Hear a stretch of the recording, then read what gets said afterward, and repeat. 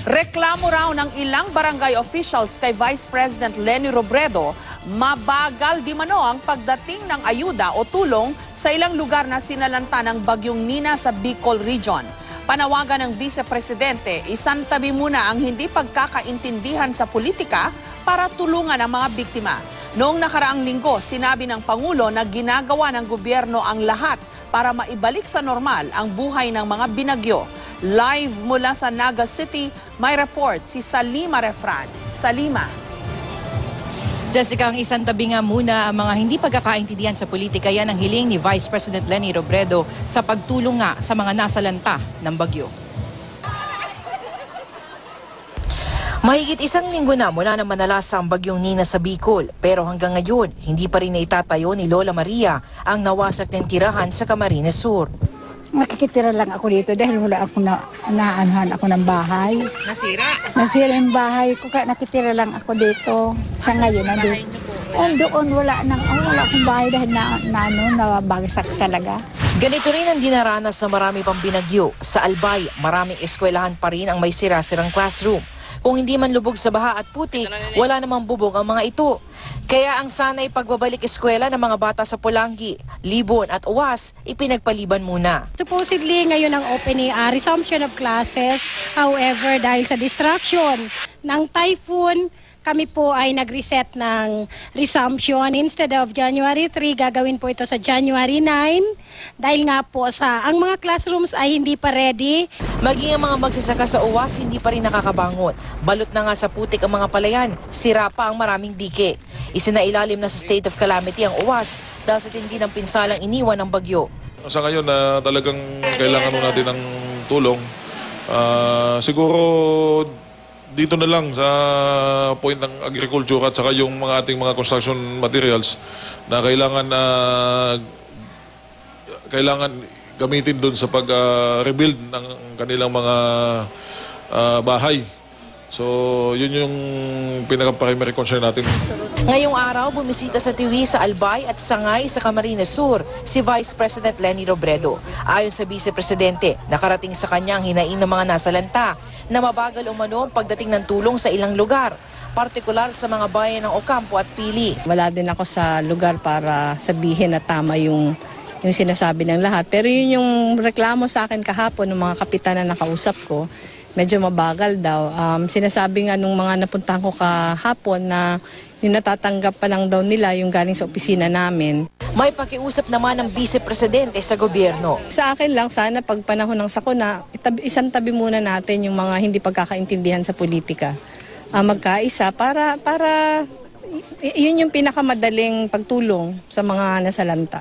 Martes noong nakaraang linggo, binisita rin ni Pangulong Duterte ang mga biktima ng bagyo sa Catanduanes at Camarines Sur. Ang pangako niya noon, ginagawa ng gobyerno ang lahat para maibalik sa normal ang buhay ng mga binagyo. Nandito ako para magbigay ng assurance sa inyo ang gobyerno, kung maaari lang, kaagad-agad ang tulong. And the schools will be rebuilt immediately.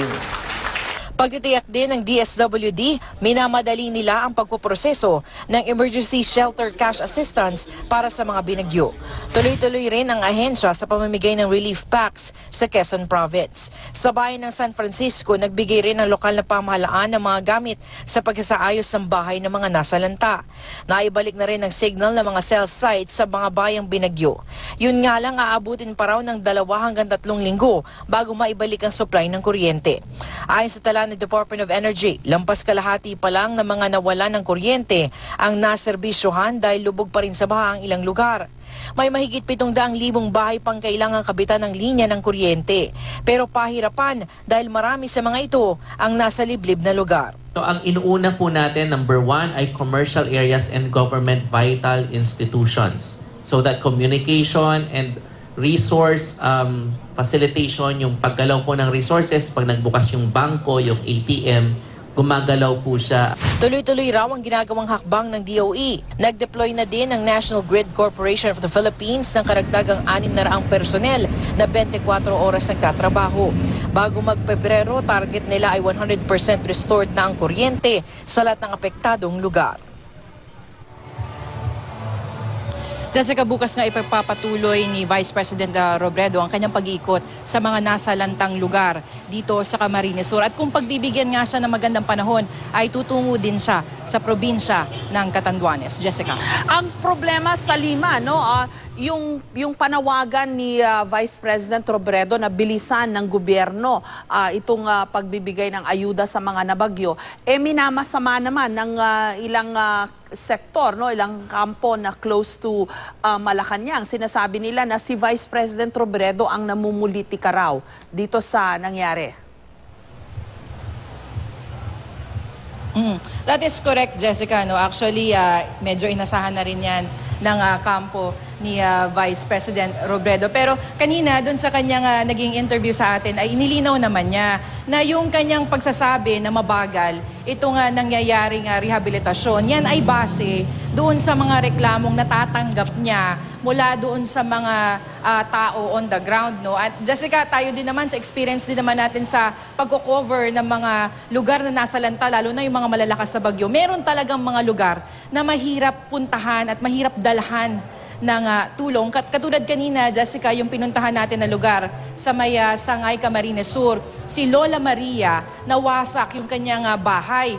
Ngayon, dahil matanda na siya, hindi siya makapunta doon sa may munisipyo o kaya sa barangay para makahingi ng tulong. So umaasa na lamang siya kung meron nga mga dadaan doon sa kanyang lugar na mabibigyan siya ng tulong. So yung pagkakakwento, pagkakasabi naman ni Vice President Robredo ay base doon sa mga natatanggap nga niya na impormasyon, Jessica. Pero si Vice President Robredo, wala siyang cabinet position. So ano ito sa Lima? Pag umiikot siya sa mga disaster area, usap lang. Hindi siya, wala siyang, may dala ba siyang tulong para sa mga nasalanta on her own dahil wala nga siyang cabinet position?